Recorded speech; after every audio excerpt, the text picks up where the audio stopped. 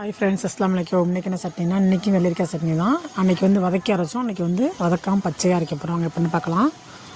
வெள்ளரிக்காய் எடுத்துருக்கேன், நல்லா நைஸாக கட் பண்ணி வச்சுருக்கேன். அதுக்கு தேவையான பொருள் மிக்சியில் வெள்ளரிக்காய் எடுத்து போட்டுங்க.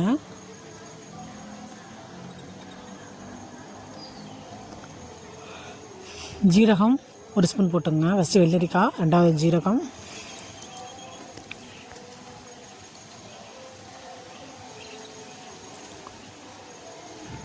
எலுமிச்சை பழம், பூண்டு, ஒரு பாதி லெமன் புளிஞ்சு ஊற்றிங்க.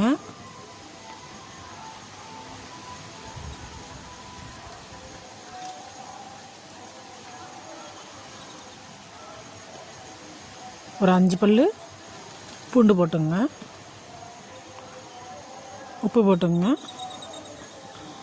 1/2 கப்பு பொட்டுக்கடலை போட்டுங்க. அதில் எல்லாம் போட்டு பட்டு போல வச்சு தாளிப்பு கொடுங்க. இதில் தேங்காய் போடனாலும் போடலாம், போடாமல் தான் இருக்கலாம். நான் கொஞ்சமாக தேங்காய் போட்டிருக்கேன். சுமார் 5 இது கீரி போட்டிருக்கேன். இந்த வீடியோ பிடிச்சிருந்தால் லைக் பண்ணுங்கள், கமெண்ட் பண்ணுங்கள், ஷேர் பண்ணுங்கள், மறக்காமல் சப்ஸ்கிரைப் பண்ணுங்கள். அஸ்ஸலாமு அலைக்கும்.